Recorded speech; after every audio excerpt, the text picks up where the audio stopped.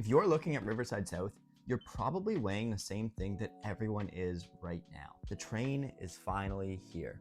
So is this the moment to buy, or did I just miss it? Limebank Station opened in January 2025, and it changed this community overnight. Been watching what it's done to the demand out here.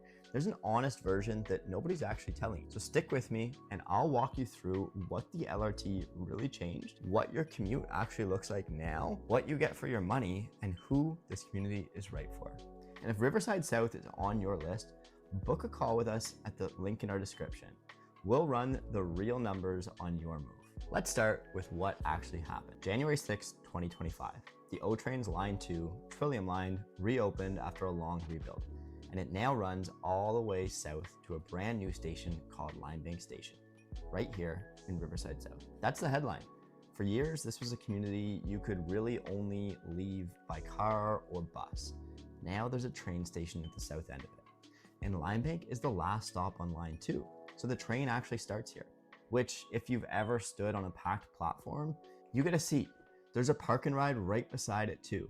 So even if you're not walking distance, you can drive 5 minutes, park, and be on the train. This single piece of infrastructure is why Riverside South is a different conversation in 2026 than it was 2 years ago. And it's not just the weekday commute. On the weekend, this same station means you can leave the car at home, take the family downtown to the Bayview market, or maybe it's to Blues Fest for a night at the festival without fighting for parking or paying for parking. Little things, but these are the things that you actually use when you live somewhere. So what does the commute actually look like now? Here's the real version, because we have the LRT gets oversold. Line 2 runs north from Limebank up to Bayview Station, not a one-seat ride to Parliament. At Bayview, you transfer to Line 1, which is the Confederation line, and this one will take you downtown, the Bayview Market, University of Ottawa, the East End at Blair Station, the whole core. So it's train, quick transfer, train. The point is, it's a train the whole way now, instead of bus crawling down the highway or downtown in February. For a lot of people, this is the difference between dreading the commute and not thinking about it. And there's a bonus that most people miss. The network also connects to the airport line now. So if you fly for work, you can get to the Ottawa airport by train. If you're downtown 3 or 4 days a week, or you travel, run your real route on a Tuesday morning before you decide to buy here. Time it yourself. This is the number that should drive your decision, not the brochure or what's online about how long this should take. And one more honest note about the commute. The park and ride is the piece that makes this work for most of Riverside South, because the community is still spread out. Not every home is a walk to the platform. In fact, not many are. So when you're looking at a specific house, check how far it really is from Limebank. How many stoplights are in between? 2 minutes versus 12 minutes changes how often you're actually going to take the train. Now, the question that everybody actually wants answered: did the train drive up prices, and did you miss your window? Here's the real math on this.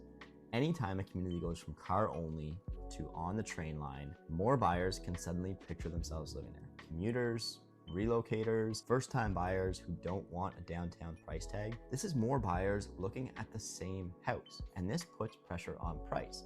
It's just the way it works. What I won't do here is throw in a made-up current percentage, because this changes day to day. But if we look today at the start of August at what the market has done in the past year, we are extremely flat.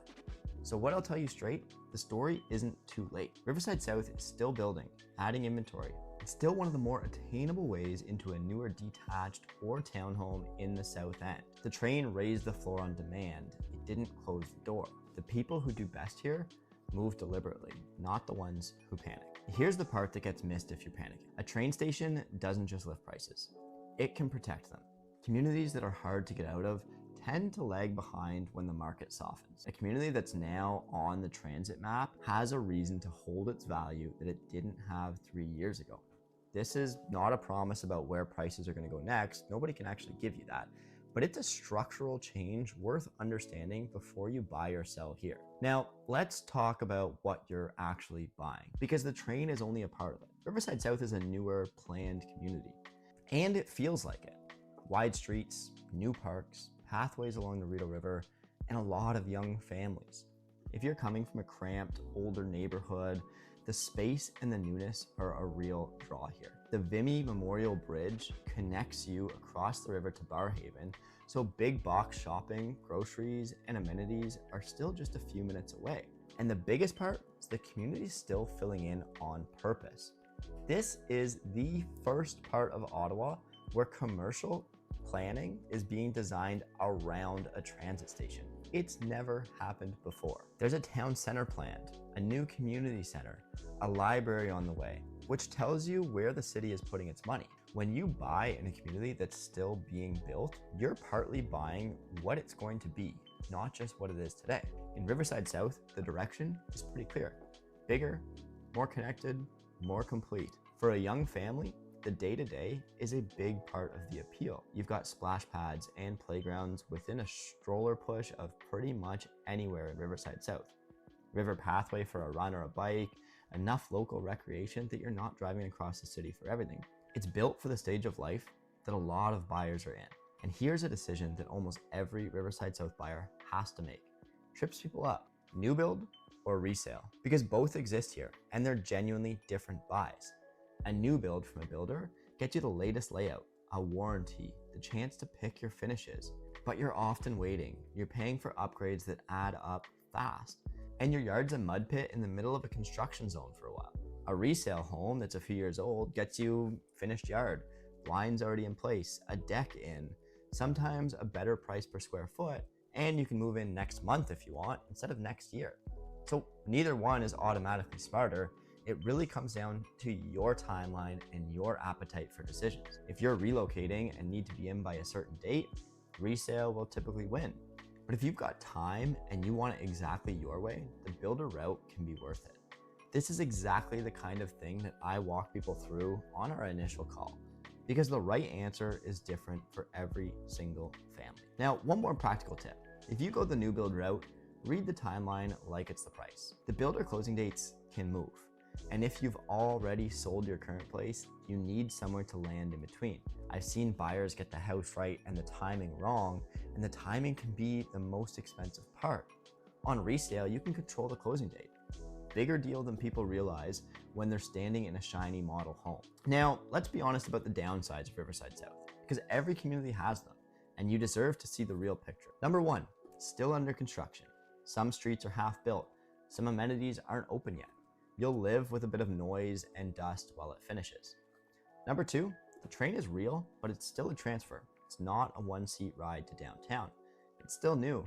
Give the schedule, the reliability, a bit of time to settle in. Again, time your own commute before you commit. Number three, because it's newer, you don't get the mature trees and established feel of an older neighborhood yet. This comes with time, but it's not here today. I don't think any of these are deal breakers. They're just the trade-offs of buying into a community on the way up instead of one that's already arrived. And usually, this is where the value is. So who is Riverside South right for? It's a strong fit if you want a newer home, you like the idea of a train option for your commute, and you're comfortable being early in a community. So who is Riverside South right for? It's a strong fit if you want a newer home, you like the idea of a train option for your commute, and you're comfortable being in a community that's still growing into itself. It's especially good for a family that wants space, newness, without an established neighborhood price. Be a little bit more cautious if you need every amenity open on day one. If you want mature streets and big trees now, or if your commute doesn't actually touch the train, because then you're going to be paying for a perk that you don't use. So is now a good time to buy here? Not going to give you a cheesy billboard answer that you need to buy now. But what I'll say is the train changed the trajectory of this community. Still early enough that you're not buying at the top of the story. If you ask me point blank what I'd do, if you're a commuter or a young family who wants newer and the numbers work for you, I'd rather see you buy here earlier on in the story than chase an established neighborhood at the top of its price down the road. But this is a conversation about your situation. It's not a rule. So let's meet where you are. Let's look at your real numbers and figure out if this is your move. If Riverside South is on your radar, let's make it a real decision instead of a guess. Book a call at the link in the description and I'll walk through your current numbers, the numbers for new build versus resale, and your real commute. It's no pressure, just math. My name's Bekkers. Together, with homeowners. And if you're still comparing Riverside South with the rest of the South End, watch our other video on what $800,000 actually buys you out here. I walk through real homes at that price, and it's linked right here.